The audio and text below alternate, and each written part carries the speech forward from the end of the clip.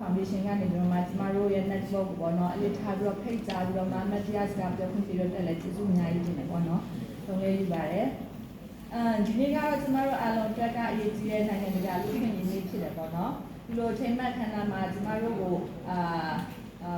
ဒီလိုမျိုးအခွင့်အရေးပေးကြတဲ့ကျမတို့ဒီမျိုးအခွင့်အရေးပေးပြီးတော့စကားပြောခွင့်ပြုတော့တက်လဲကျေးဇူးအများကြီးတင်တယ်။ဆိုတော့ကျမတို့ဒီနေ့ကလူတိုင်းကလူတရားလူတိုင်းကအသက်အရွယ်မျိုးလူမျိုးဘာသာမျိုးပေါ့နော်လူတိုင်းရဲ့ဂုဏ်သိက္ခာနဲ့လုံခြုံရေးနဲ့အခွင့်အရေးနဲ့လူများရရှိဖို့အတွက်လှုပ်ဆော်တဲ့နေ့ရက်တရက်ဖြစ်တယ်ပေါ့နော်ထို့တူပဲဒီနေ့ကကျမတို့ရဲ့ဇာမအခြေပြုပေါ့နော်အမြင်တူမှုကြောင့်ဖြစ်ပေါ်လာတဲ့အကြမ်းဖက်မှုတွေကိုပပျောက်ဖို့အတွက်လှုပ်ရှားတဲ့16ရက်တာ 60 day campaign ရဲ့နောက်ဆုံးရက်တရက်လည်းဖြစ်တယ်ပေါ့နော်ဒီဇင်ဘာလ10ရက်နေ့က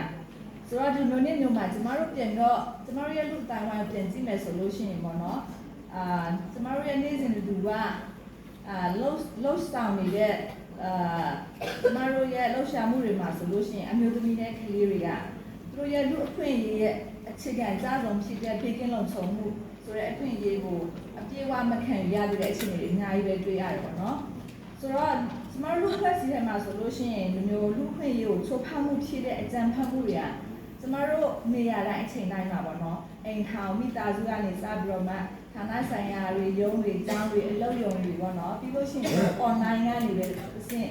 ပြီးရင်နောက်တစ်ခုကကျမတို့ရဲ့ public နေရာတွေနေရာသီးသီးမှာပေါ့နော်အချိန်နဲ့နေရာမရွေးမှာဖြစ်ပေါ်နေပါတယ်ပေါ့နော်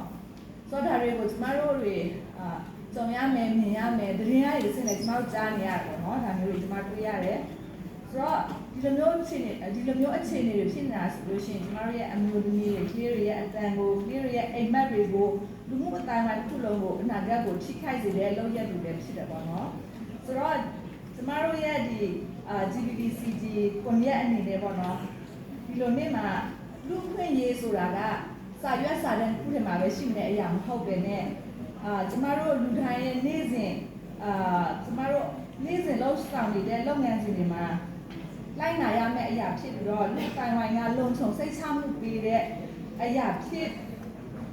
တယ်ဆိုတာကိုလည်းကျမတို့ကနေပြီးတော့မှထပ်ပြီးတော့မှပြောချင်ပါတယ်ပြီးလို့ရှိရင်ကျမတို့ဒီအကြမ်းဖက်မှုခံခဲ့ရတဲ့အမျိုးသမီးနဲ့ကလေးတွေကိုကူညီပေးတဲ့သူတို့ရဲ့အခွင့်အရေးတွေရရှိဖို့အတွက်ကူညီပေးတဲ့အချိန်တွေမှာဆိုလို့ရှိရင်ကျမတို့အရင်အမြင့်တွေပြီးလို့ရှိရင်ကျမတို့ရဲ့ဒေသအောက်ထုတ်မှုတွေအရန်ကိုပဲကုန်ခန်းခဲ့ရတယ်ပေါ့နော်ဆိုတော့ဒါကြောင့်မို့ကျမတို့ network ကဒီအမျိုးသမီးနဲ့ကလေးတွေရဲ့လုံခြုံစိတ်ချရတဲ့ကူညီတောင်းခံရမယ့်လမ်းကြောင်းတွေဝန်ဆောင်မှုတွေလက်လန်းမိနိုင်မှုတွေဖြစ်ဖို့အတွက်နဲ့ဖေးကင်းလုံခြုံတဲ့ပတ်ဝန်းကျင်တွေရဖြစ်ဖို့အတွက်ကိုရက်ဖွဲ့နေတယ်ပေါ့နော်ဒါတွေကိုအစီအဆိုင်လှုပ်ဆောင်ပေးနေတယ်ဆိုတော့ဒီလိုမျိုးလှုပ်ဆောင်တဲ့နေရာမှာဆိုလို့ရှိရင်လည်းကျမတို့ဒီတူတရားနဲ့လှုပ်ဆောင်လို့ရတဲ့အရာမဟုတ်ဘူးပေါ့နော်ဆိုတော့ဒီလိုမျိုးအခွင့်အရေးတွေရရှိဖို့အတွက်ကိုစူးစမ်းပြီးတော့မှတိုက်ယူပြီးနဲ့အသက်တွေဆုံးရှုံးသွားတဲ့သူတွေရှိသလိုမျိုးတို့ရဲ့အခွင့်အရေးကိုယ်တိုင်ဆုံးရှုံးရတဲ့သူလည်းရှိတယ်ပေါ့နော်ဒီလို